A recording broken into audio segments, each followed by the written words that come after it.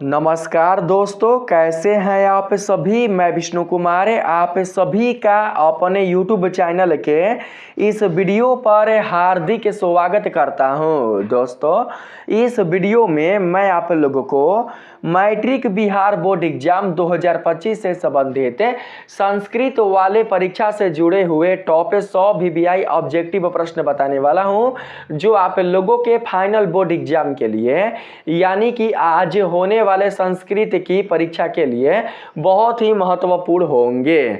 जो भी बच्चे बिहार से संस्कृत का फाइनल एग्जाम 19 फरवरी को बिहार बोर्ड द्वारा देने वाले हैं, वे बच्चे इस वीडियो को ध्यान से देखेंगे। इस वीडियो में मैंने संस्कृत से संबंधित जिन ऑब्जेक्टिव प्रश्नों को शामिल किया है, ये सभी के सभी प्रश्न आज होने वाले संस्कृत की परीक्षा के लिए बहुत ही उपयोगी होंगे। चाहे दोस्तों आप लोग फर्स्ट सेटिंग वाले हो या फिर आप सेकंड सेटिंग वाले हो, आपका एग्जाम किसी भी सेटिंग में क्यों ना हो, अगर आप इस वीडियो को ध्यान से देख लेते हैं तो आप लोगों का संस्कृत का जो परीक्षा होगा वो बहुत ही अच्छे से संपन्न होगा। तो चलिए बिना देर किए शुरू करते हैं अपने आज के इस वीडियो क्लासेज को। दोस्तों, यहाँ पर पहला सवाल है, ऋतस्य पद का अर्थ है। ऋतस्य पद का अर्थ क्या होता है? ऋतस्य पद का अर्थ सत्य होता है। ऋतस्य का अर्थ क्या होता है? ऋतस्य का अर्थ सत्य का होता है। क्या होता है? सत्य का। पहला का right answer option number C होगा हमारा। 2 नंबर सवाल में कहा गया है, तत्र तीर्थयात्रिणः दर्शनार्थम आयन्ति प्रश्न निर्माण हेतु रेखांकित पद के स्थान में क्या होगा? तत्र तीर्थयात्रिणः दर्शनार्थम आयन्ति प्रश्न निर्माण हेतु रेखांकित पद के स्थान में क्या होगा, यही आप सभी को बताना है। तो देखिए, इस वाक्य में जो पद रेखांकित है वो है कौन? तो वो है बाबू तीर्थयात्रिणः। क्या है? तीर्थयात्रिणः। इसके स्थान पर आप सभी को बताना है कि यहाँ पर क्या आएगा? प्रश्न निर्माण हेतु। यहाँ पर हम इस वाक्य को प्रश्न बनाने के लिए यहाँ पर कौन सा हम पद लेकर आएंगे? इन चारों में से आप लोग देख लीजिए, 4 ऑप्शन है आपके सामने। आप लोगों से पूछा गया है कि तत्र यात्रिणः दर्शनार्थम आयन्ति वाले वाक्य को प्रश्न बनाने के लिए हम इन चारों में से किस पद को लेंगे तीर्थयात्रिणः के स्थान पर? तो बाबू 2 का राइट आंसर होगा के। ठीक है, तीर्थयात्रिणः के स्थान पर जो पद आएगा वो आएगा के वाला। तो 2 का राइट आंसर होगा हमारा ऑप्शन नंबर ए। 3 नंबर के सवाल में पूछा गया है, तूषणम पद का अर्थ क्या है? तूषणम पद का अर्थ क्या होता है? तूषणम पद का अर्थ मौन होता है। 3 का राइट आंसर होगा यहाँ पर option number B. Option number B 3 का राइट आंसर होगा। 4 नंबर सवाल है बाबू, तिरुमलंबा रचित चंपू काव्य है। तिरुमलंबा रचित चंपू काव्य कौन है? तो सही आंसर होगा वरदाम्बिका परिणय। क्या होगा? वरदाम्बिका परिणय। तिरुमलंबा द्वारा रचित जो चंपू काव्य है उसका नाम है बाबू वरदाम्बिका परिणय। 4 का सही आंसर यहाँ पर ऑप्शन नंबर ए होगा हमारा।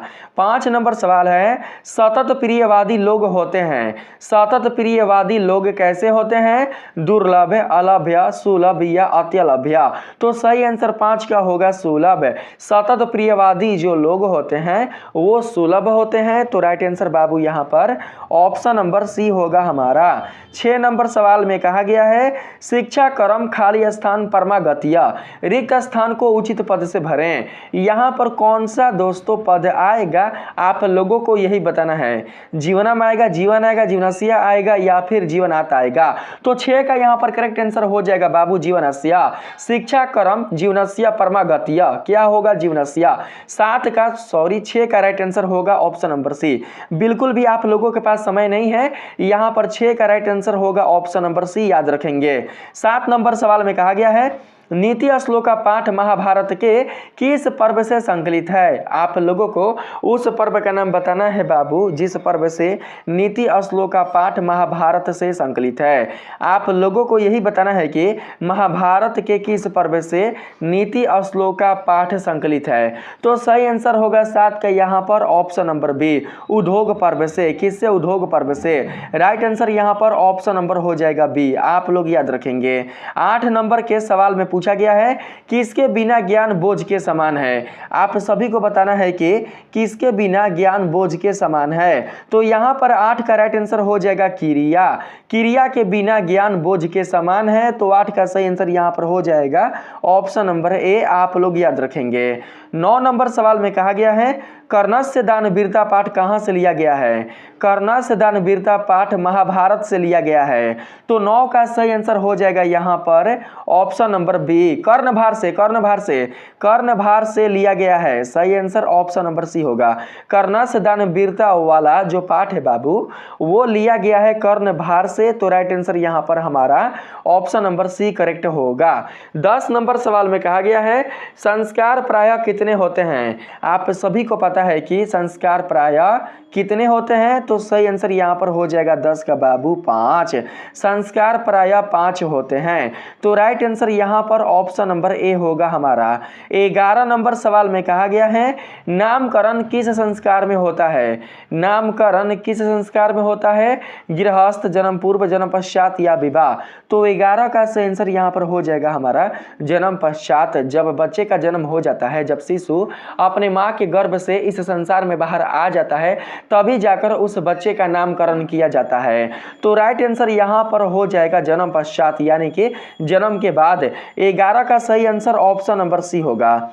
12 नंबर सवाल है सप्तपदी क्रिया किस संस्कार में होती है। सप्तपदी क्रिया विवाह संस्कार में होती है। 12 का राइट आंसर होगा यहाँ पर क्या, तो बाबू ऑप्शन नंबर यहाँ पर हो जाएगा बी। सप्तपदी क्रिया पूछा है ना, सप्तपदी क्रिया किस संस्कार में होती है। सप्तपदी बाबू विवाह संस्कार में होता है, विवाह संस्कार में। यहाँ पर 12 का सही आंसर हो जाएगा हमारा ऑप्शन नंबर बी, आप लोग याद रखेंगे, ठीक है। 13 नंबर सवाल में कहा गया है विवाह संस्कार के अंतर्गत क्या नहीं आता है। विवाह संस्कार के अंतर्गत क्या नहीं आता है, वाग्दान, कन्यादान, सिंदूरदान या गोदान। तो राइट आंसर 13 का हो जाएगा हमारा गोदान। गोदान बिल्कुल भी विवाह संस्कार के अंतर्गत नहीं आता है, तो सही आंसर हमारा ऑप्शन नंबर ए होगा 13 का, ठीक है।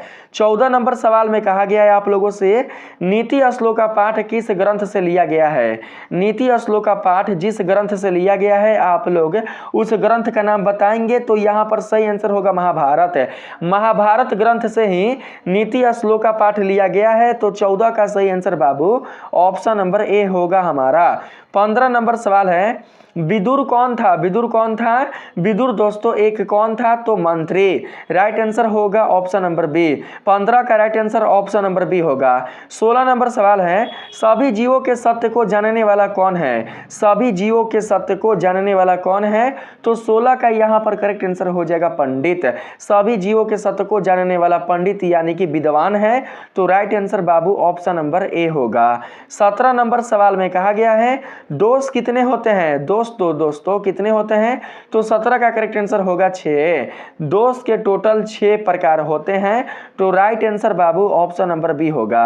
अगर हम बात करें नरक के द्वार का, तो नरक के द्वार टोटल 3 होते हैं, और दोष कितने होते हैं, दोष टोटल 6 होते हैं, तो सही आंसर 17 का होगा ऑप्शन नंबर बी, आप सभी याद रखेंगे। 18 नंबर सवाल है कक्षा में कौन प्रवेश करते हैं। कक्षा में शिक्षक प्रवेश करते हैं, तो 18 का सही आंसर यहाँ पर हो जाएगा ऑप्शन नंबर बी। 19 नंबर सवाल में कहा गया है आप लोगों से करमवीर राम प्रवेश राम के परिवार में सदस्यों की कुल संख्या कितनी थी। करमवीर राम प्रवेश राम के परिवार में टोटल कितने सदस्य थे, आप लोगों को उनकी संख्या बतानी है, तो यहाँ पर 19 का सही आंसर हो जाएगा हमारा बाबू 4। करमवीर राम प्रवेश राम के परिवार में टोटल 4 सदस्य थे, तो सही आंसर यहाँ पर ऑप्शन नंबर ए होगा। 20 नंबर सवाल में कहा गया है भीखन टोला गांव में शिक्षक ने खेलते हुए किसे देखा। बहुत ही आसान क्वेश्चन है, आप बता सकते हैं कि भीखन टोला गांव में शिक्षक ने खेलते हुए दलित बालक को देखा था, तो राइट आंसर यहां पर ऑप्शन नंबर सी होगा, कौन, तो दलित बालक। 21 नंबर सवाल में कहा गया है गांव में कौन आए थे। गांव में बाबू शिक्षक आए थे। 21 का राइट आंसर ऑप्शन नंबर ए होगा। 22 नंबर सवाल में कहा गया है स्वामी दयानंद की शिक्षा किस भाषा से प्रारंभ हुई। स्वामी दयानंद की शिक्षा जिस भाषा से प्रारंभ हुई थी, आप सभी को उस भाषा का नाम बताना है, तो यहाँ पर 22 का राइट आंसर हमारा हो जाएगा बाबू संस्कृत। स्वामी दयानंद की शिक्षा संस्कृत भाषा से प्रारंभ हुई थी, तो राइट आंसर 22 का ऑप्शन नंबर डी होगा। 23 नंबर सवाल में कहा गया है आर्य समाज के संस्थापक का नाम क्या है? आर्य समाज की स्थापना करने वाले कौन है? तो सही आंसर 23 का हो जाएगा बाबू स्वामी दयानंद। स्वामी दयानंद जी ने ही आर्य समाज की स्थापना किया था। तो 23 का right answer option number C होगा। 24 नंबर सवाल में कहा गया है सत्यार्थ प्रकाश नामक ग्रंथ किस भाषा में रचा गया? सत्यार्थ प्रकाश नामक ग्रंथ जिस भाषा में रचा गया है आप सभी को उस भाषा का नाम बताना है। बताएंगे फटाफट कि सत्यार्थ प्रकाश नामक ग्रंथ किस भाषा में रचा गया है? हिंदी में, बांग्ला में, मराठी में या फिर संस्कृत में? तो 24 का राइट आंसर होगा हिंदी में। सत्यार्थ प्रकाश नामक ग्रंथ किस भाषा में रचा गया है? तो राइट आंसर होगा हमारा हिंदी। 24 का राइट आंसर ऑप्शन नंबर ए होगा। 25 नंबर सवाल है बाबू मंदाकिनी वर्णम पाठ रामायण के किस कांड से लिया गया है? तो यहाँ पर सही आंसर हो जाएगा 25 का आप लोगों का बाबू ऑप्शन नंबर हो जाएगा यहाँ पर हमारा दोस्तों 25 का अयोध्या कांड होगा। ऑप्शन नंबर डी दोस्तों राइट आंसर होगा। मंदाकिनी वर्णम पाठ रामायण के अयोध्या कांड वाले भाग से लिया गया है। तो सही आंसर यहाँ पर ऑप्शन नंबर डी करेक्ट होगा। 26 नंबर सवाल है बाबू मंदाकिनी नदी का जल किसके पीने से गंदा हो गया है?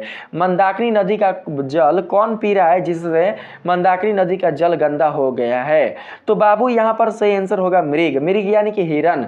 ठीक है, हिरन द्वारा मंदाकिनी नदी का पिया गया जल जो है वो गंदा हो गया है, वो अशुद्ध हो गया है। तो राइट आंसर यहाँ पर 26 का हो जाएगा हिरन। यहाँ पर हिरन गलती है बाबू, हिरन ऐसे होगा। ठीक है, मृग आप लोग याद रखना, मृग का ही तद्भव शब्द होता है हिरन।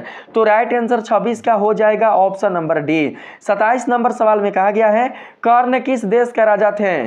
कर्ण किस देश के राजा थे? तो राइट आंसर होगा अंग देश के राजा कौन थे? तो कर्ण। 27 का right answer option number C होगा। 28 नंबर सवाल है कर्ण किसके पक्ष में युद्ध करता था? पांडव के, कौरव के, कृष्ण के या विदुर के? तो सही आंसर होगा कौरव के। कौरव के पक्ष से युद्ध कौन करता था? तो कर्ण। 28 का राइट आंसर होगा हमारे पास बाबू option number B. Option number B right होगा। यहाँ पर 29 नंबर सवाल है अशांति किसके विनाश का कारण है? अशांति मानवता के विनाश का कारण है। अशांति जो है बाबू वो मानवता के विनाश का कारण है। तो राइट आंसर हमारा ऑप्शन नंबर ए होगा। 29 का सही आंसर हो जाएगा ऑप्शन नंबर ए। 30 नंबर सवाल में कहा गया है विश्व को नष्ट करने के लिए किसका निर्माण हो रहा है? विश्व को नष्ट करने के लिए अस्त्र का निर्माण हो रहा है। किसका? अस्त्र का। 30 का सही आंसर यहाँ पर हो जाएगा बाबू ऑप्शन नंबर बी। अस्त्र का निर्माण हो रहा है यानी कि हथियारों का निर्माण हो रहा है जो हमारे लिए बहुत ही घातक होने वाले हैं भविष्य के लिए। ठीक है, तो यहाँ पर 30 का सही आंसर होगा ऑप्शन नंबर बी। 31 नंबर सवाल में कहा गया है ईर्ष्या से किसका जन्म होता है? ईर्ष्या से बाबू असहनशीलता का जन्म होता है। 31 का राइट आंसर होगा ऑप्शन नंबर बी। ईर्ष्या से असहनशीलता का जन्म होता है। तो राइट आंसर ऑप्शन नंबर ए होगा। 32 नंबर सवाल में कहा गया है शास्त्र मानवों को किसका बोध कराता है? शास्त्र मानवों को कर्तव्य और अकर्तव्य का बोध कराता है। तो राइट आंसर 32 का बाबू ऑप्शन नंबर सी होगा। 33 नंबर सवाल में आते हैं कहा गया है शास्त्र किसके द्वारा रचित है? शास्त्र दानवों के द्वारा रचित है, शिक्षक के द्वारा रचित है, छात्र के द्वारा रचित है या फिर ऋषियों के द्वारा रचित है? तो सही आंसर 33 का हो जाएगा ऋषियों के द्वारा ही शास्त्र रचित है। तो 33 का राइट आंसर हमारा ऑप्शन नंबर डी होगा। 34 नंबर सवाल में कहा गया है कृषि विज्ञान के प्रवर्तक कौन है? कृषि विज्ञान के प्रवर्तक का नाम आप लोगों को बताना है। पाणिनि है, कपिल है, पराशर है या गौतम है? कृषि विज्ञान के प्रवर्तक कौन है? तो 34 का करेक्ट आंसर होगा पराशर। क्या होगा? पराशर। कृषि विज्ञान के प्रवर्तक पराशर है। तो राइट आंसर 34 का हमारा ऑप्शन नंबर सी होगा। 35 नंबर सवाल में कहा गया है वेदों के कितने अंग है? वेदों के टोटल 6 अंग होते हैं। वेदों का अंग पूछा गया है ना बाबू। वेदों के 4 अंग होते हैं, वेदों के 4। और वेदांग के अंग कितने होते हैं? वेदांग के अंग 6 होते हैं। वेदांग अलग है, वेद अलग है। वेद होते हैं 4 प्रकार के, सामवेद, अर्थोवेद, ऋजुवेद और ऋग्वेद। अगर हम बात करें वेदांग का तो वेदांग होते हैं 6 भाग, यानी कि वेदांग के 6 भाग होते हैं। वेदांग 6 प्रकार के होते हैं। तो यहाँ पर सही आंसर होगा हमारा बाबू ऑप्शन नंबर ए, वेदों के 4 भाग होते हैं। सही आंसर ऑप्शन नंबर ए होगा। 36 नंबर के सवाल में आए तो इसमें आप सभी से पूछा गया है कौन सी नदी प्राकृतिक संपदाओं से घिरी हुई है। आप लोगों को उस नदी का नाम बताना है जो कि हमारे प्राकृतिक संपदाओं से घिरी हुई है। तो राइट आंसर यहाँ पर मंदाकिनी नदी होगा। कौन नदी? मंदाकिनी नदी। मंदाकिनी नदी ही प्राकृतिक संपदाओं से परिपूर्ण है, प्राकृतिक संपदाओं से घिरी हुई है, प्राकृतिक संपदाओं की शोभा बढ़ा रही है। तो राइट आंसर यहाँ पर ऑप्शन नंबर ए 36 का होगा। 37 नंबर सवाल है, व्याघ्रपति कथा पाठ कहाँ से लिया गया है? तो हितोपदेश से, हितोपदेश से ही व्याघ्रपति कथा पाठ लिया गया है। तो 37 का सही आंसर हमारा हो जाएगा ऑप्शन नंबर बी। 38 नंबर सवाल में कहा गया है कौन कीचड़ में फंस गया? कीचड़ में कौन फंस गया? तो 38 का राइट आंसर यहाँ पर हो जाएगा पथिक। कीचड़ में फंसने वाला कौन है? तो पथिक। राइट आंसर होगा ऑप्शन नंबर डी। 39 नंबर सवाल में कहा गया है करमवीर कथा में किस पुरुष का वर्णन है? करमवीर कथा में दोस्तों किस पुरुष का वर्णन है? तो दलित, दलित पुरुष का वर्णन है। राइट आंसर हमारा ऑप्शन नंबर सी करेक्ट होगा। 40 नंबर सवाल है बाबू, पटना का पुराना नाम क्या है? पटना का पुराना नाम क्या है? तो पुष्पपुर। क्या है? पुष्पपुर। सही आंसर होगा यहाँ पर ऑप्शन नंबर ए, पुष्पपुर, कुसुमपुर, पाटलिपुत्र क्या है? पटना का पुराना नाम है। तो राइट आंसर 40 का ऑप्शन नंबर ए होगा। 41 नंबर सवाल में कहा गया है पाटलिपुत्र में कौन बार बार आए थे? आप सभी को पता है कि पाटलिपुत्र में बार बार आए थे भगवान बुद्ध। 41 का राइट आंसर होगा option number C. Option number C 41 का बिल्कुल सही आंसर होगा बाबू, याद रखेंगे। 42 नंबर सवाल में कहा गया है गुरु गोविंद सिंह का जन्म कहाँ हुआ था? गुरु गोविंद सिंह का जन्म कहाँ हुआ था? तो राइट आंसर होगा पटना। पटना में ही गुरु गोविंद सिंह का जन्म हुआ था। तो सही आंसर हमारा ऑप्शन नंबर ए होगा। 43 नंबर सवाल में कहा गया है सरस्वती का कुल गृह कौन सा महानगर था? भागलपुर, नालंदा, पाटलिपुत्र या दरभंगा? सरस्वती का कुल गृह कौन सा महानगर था? तो राइट आंसर होगा पटना, यानी कि पाटलिपुत्र। 43 का right answer option number C होगा हमारा। 44 नंबर सवाल है आलसियों का रक्षक इनमें से कौन होता है? आलसियों का रक्षक बलवान, दयावान, पिता या पुत्र होता है। कौन होता है बताएंगे? आलसियों का रक्षक दयावान व्यक्ति के अलावा कोई भी इस संसार में नहीं होता। तो 44 का सही आंसर होगा ऑप्शन नंबर बी। जो व्यक्ति आलसी होते हैं, जो व्यक्ति निर्धन होते हैं, जो व्यक्ति दरिद्र होते हैं, उनका कौन रक्षक होता है? उनका रक्षक दयावान पुरुष होते हैं। तो सही आंसर ऑप्शन नंबर बी होगा। 45 नंबर सवाल में कहा गया है आग को गिरते हुए देखकर किसने आलसियों को बाहर निकाला? आग को गिरते हुए कहने का मतलब है आग को बढ़ते हुए देखकर किसने आलसियों को बाहर निकाला था? तो सही आंसर होगा नियोगी पुरुष। जो पुरुष नियोगी होते हैं, जो पुरुष अच्छे होते हैं, उन्हें ही नियोगी पुरुष कहा जाता है। नियोगी पुरुषों के द्वारा ही अलसाला में फंसे हुए चारों आलसियों को बाल से बाहर निकाला गया था, यानी कि उनके बालों को खींचकर बाहर निकाला गया था। तो राइट आंसर 45 का बाबू होगा हमारा ऑप्शन नंबर डी। आप लोग याद रखिएगा नियोगी पुरुष। 46 नंबर सवाल में पूछा गया है वीरेश्वर कौन थे? वीरेश्वर मिथिला के मंत्री थे। राइट आंसर होगा ऑप्शन नंबर बी। 46 का करेक्ट आंसर क्या होगा? Option number B. 47 नंबर सवाल में कहा गया है संस्कृत साहित्य लेखिका किस प्रकार का पाठ है? संस्कृत साहित्य लेखिका किस प्रकार का पाठ है? कथा, नाटक, वार्तालाप या निबंध?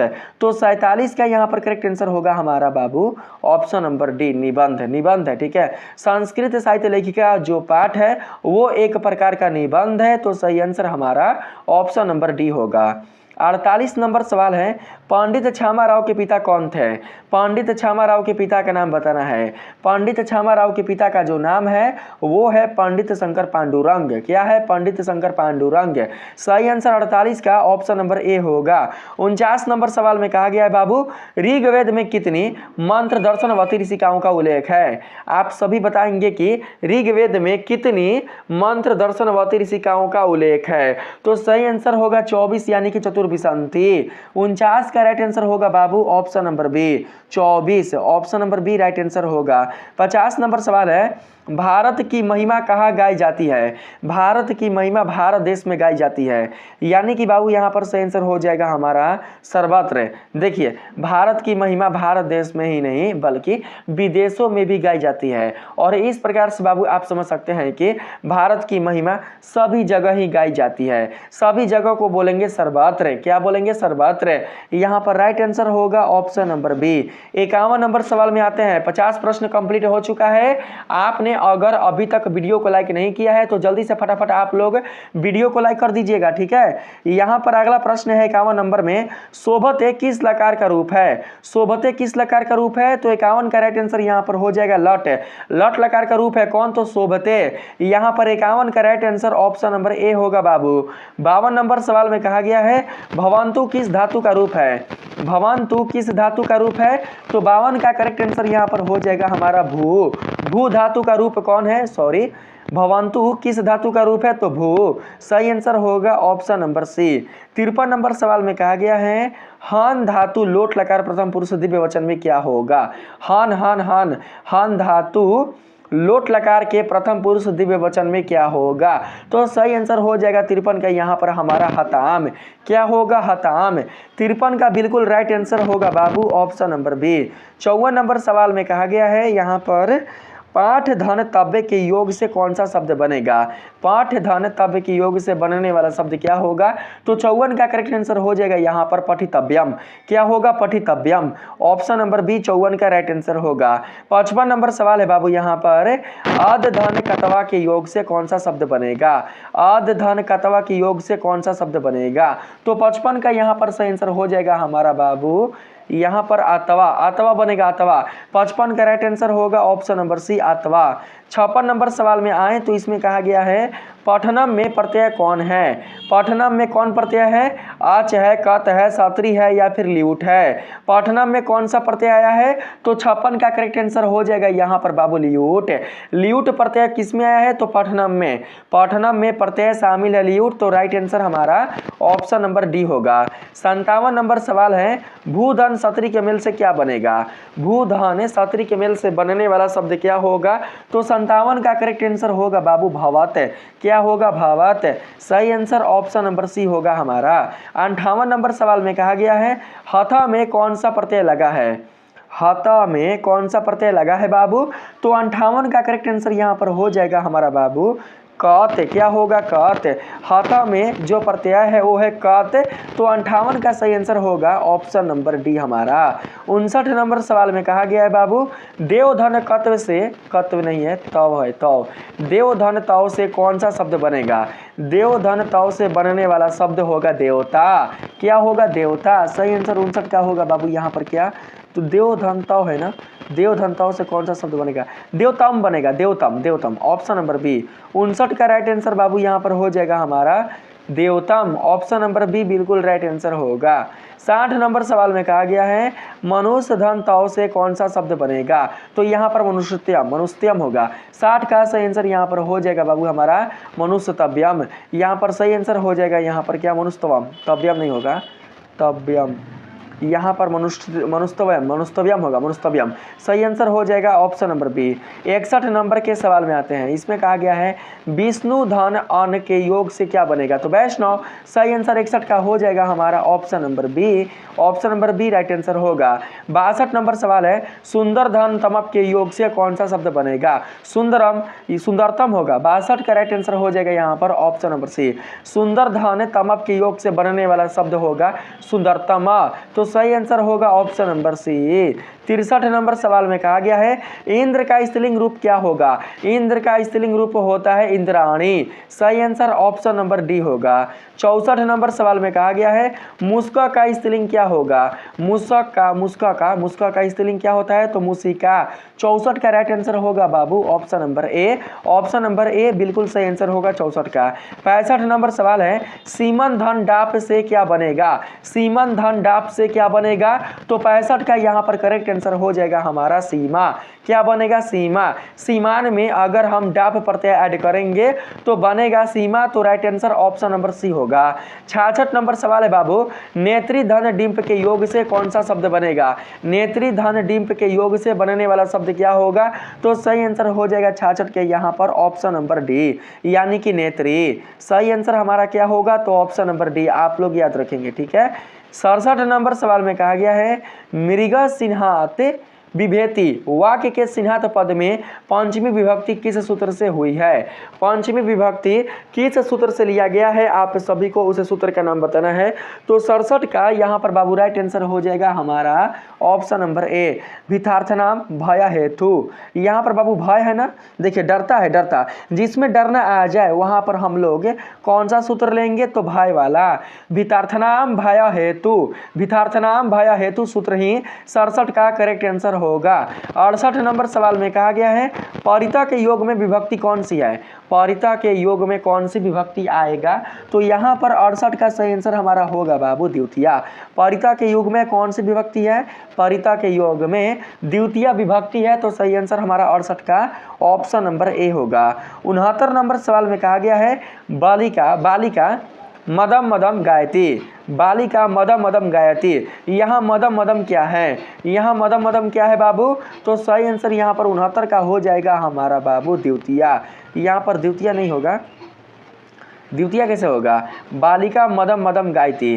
तो बाबू यहाँ पर देखिए, यहाँ पर ये गाना का चाहिए, गाना बाबू आपका क्रिया है, ठीक है। तो यहाँ पर क्रिया विशेषण होगा, यहाँ पर क्रिया विशेषण, क्रिया की विशेषता बताने वाला को क्रिया विशेषण कहा जाता है। तो सही आंसर 69 का हो जाएगा यहाँ पर हमारा ऑप्शन नंबर क्या, तो ऑप्शन नंबर होगा सी, क्रिया विशेषण। 70 नंबर सवाल में कहा गया है, अपवर्ग में कौन सी विभक्ति होगी। अपवर्ग में जो विभक्ति होगा बताएंगे, तो सही आंसर होगा तृतीय। अपवर्ग में तृतीय विभक्ति होगी, तो सही आंसर होगा ऑप्शन नंबर सी 70 का। 71 नंबर सवाल में कहा गया है, रामा च सीता च का समस्त पद क्या होगा। तो सही आंसर 71 का हो जाएगा रामा सीते। क्या होगा, रामा सीते। सही आंसर ऑप्शन नंबर सी होगा 71 का। 72 नंबर सवाल है बाबू, पुरुष सिंह का विग्रह कौन होगा। पुरुष सिंह का विग्रह क्या होगा जी, तो सही आंसर होगा 72 का यहाँ पर बाबू ऑप्शन नंबर सी, पुरुषा सिंह इयु। क्या होगा, पुरुषा सिंह इयु। 72 का right answer option number C होगा। 73 नंबर सवाल में कहा गया है, त्रिभुवनम में कौन सा समास होगा। त्रिभुवनम में त्रि यानी कि संख्या है, तो बाबू इसमें जो समास आएगा वो आएगा कौन, तो द्विगु। 73 का राइट आंसर होगा हमारा दोस्तों ऑप्शन नंबर डी, आप लोग समझ कर रखेंगे। 74 नंबर सवाल है, कुंभकारा में कौन सा समास है। कुंभकारा में कौन सा समास है, तो सही आंसर यहाँ पर हो जाएगा हमारा 74 का ऑप्शन नंबर बी, यानी कि तत्पुरुष समास। Option number B right answer होगा। 75 नंबर सवाल में कहा गया है, राष्ट्रस्य पति का संपूर्ण पद क्या होगा। राष्ट्रस्य पति का संपूर्ण पद क्या होगा, तो राष्ट्रपति। सही आंसर 75 का ऑप्शन नंबर सी होगा हमारा। 76 नंबर सवाल में कहा गया है, लताएं में कौन सी विभक्ति है। लताएं लताएं लताएं में जो विभक्ति है बाबू वो है कौन सी, तो चतुर्थी। सही आंसर होगा ऑप्शन नंबर बी, चतुर्थी विभक्ति है। 77 नंबर सवाल में कहा गया है, गोसु किस शब्द का रूप है। गोसु जो है बाबू वो है किस शब्द का, तो गो शब्द का। गो शब्द का रूप क्या होता है, तो गोसु। सही आंसर हमारा ऑप्शन नंबर बी होगा। 78 नंबर सवाल में कहा गया है, देवे पद में कौन सी विभक्ति है। देवे पद में कौन सी विभक्ति है, तो 78 का सही आंसर यहाँ पर हो जाएगा हमारा ऑप्शन नंबर बी, यानी कि तृतीया। तृतीय विभक्ति है किसमें, तो देवे। सही आंसर यहाँ पर ऑप्शन नंबर बी होगा। 79 नंबर सवाल में पूछा गया है, राजन शब्द का तृतीय एक वचन क्या होगा। राजन शब्द का तृतीय एक वचन बताना है, तो 79 का यहाँ पर सही आंसर होगा राज्ञा। राजन शब्द का तृतीय एक वचन राज्ञा होगा, तो 79 का राइट आंसर हमारा ऑप्शन नंबर सी होगा।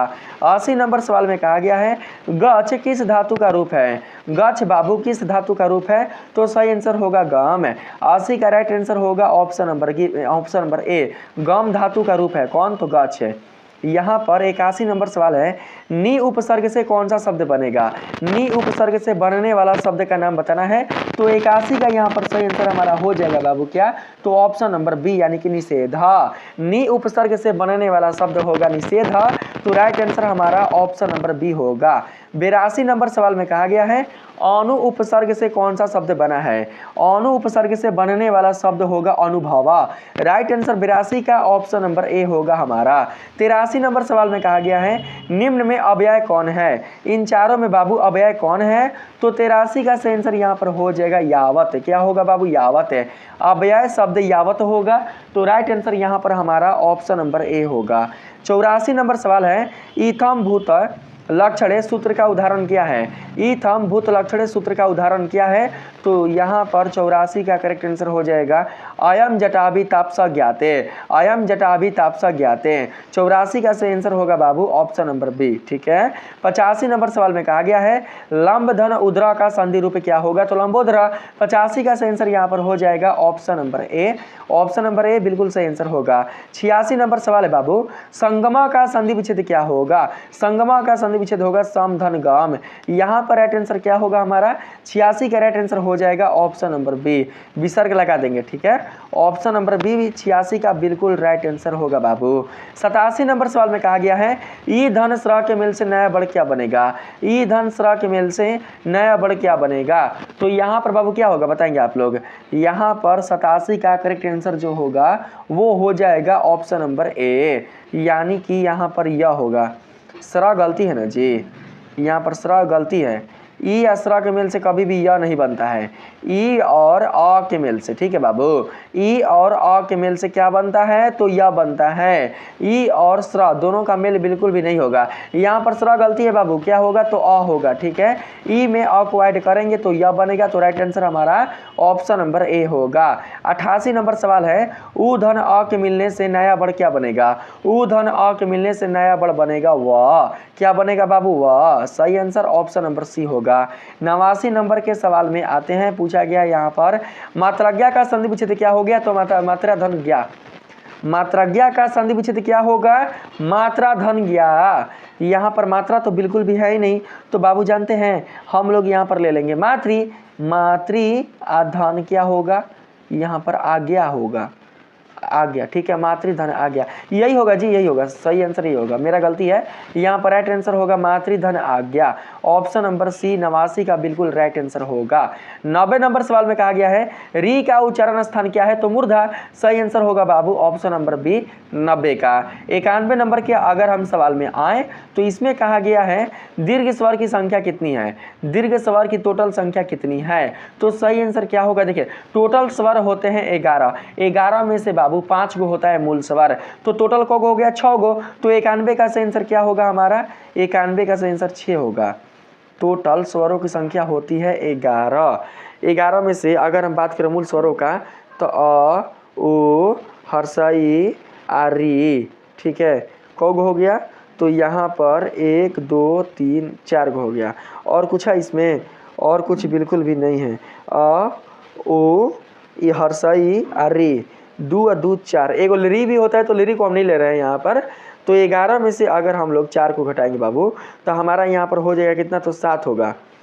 8 बिल्कुल भी नहीं होगा। 91 का यहाँ पर राइट आंसर क्या हो जाएगा बाबू, अगर जानते हैं अगर लिरी भी लेंगे ना संस्कृत के लिए, संस्कृत के लिए अगर हम लिरी ले लेंगे संस्कृत के लिए लिरी, तो हो जाएगा 12 गो। ठीक है, 12 गो हो जाएगा, 12 गो।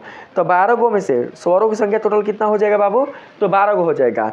तो 12 गो में से अगर हम लोग 5 को घटाएंगे तो 7 ही बचेगा। 7 5 12, राइट आंसर बाबू 7 होगा। ठीक है, ऑप्शन नंबर बी करेक्ट होगा 91 का। 92 नंबर सवाल में आते हैं। इसमें दोस्तों आप लोगों से क्या पूछा गया है देख सकते हैं। ई धन ई के मिलने से क्या बनेगा, तो दीर्घाई। दीर्घाई बनेगा। ठीक है, 92 का राइट आंसर क्या होगा बाबू, तो दीर्घाई। ऑप्शन नंबर बी बिल्कुल राइट आंसर होगा। 93 नंबर सवाल में कहा गया है मूर्धनी स का उच्चारण स्थान क्या है। मूर्धनी, मूर्ध यानी कि मूर्धा। Right answer option number C होगा 93 का। 94 नंबर सवाल में कहा गया है निम्न में संयुक्त बड़ कौन है। संयुक्त बड़ है बाबू यहाँ पर संयोगी छ। सही आंसर होगा option number D. Option number D right answer होगा। 95 नंबर सवाल है विद्यार्थी में कौन सी संधि है, तो यहाँ पर से आंसर होगा दीर्घ। 95 का राइट आंसर होगा ऑप्शन नंबर बी। बी नहीं, ए होगा दीर्घ संधि।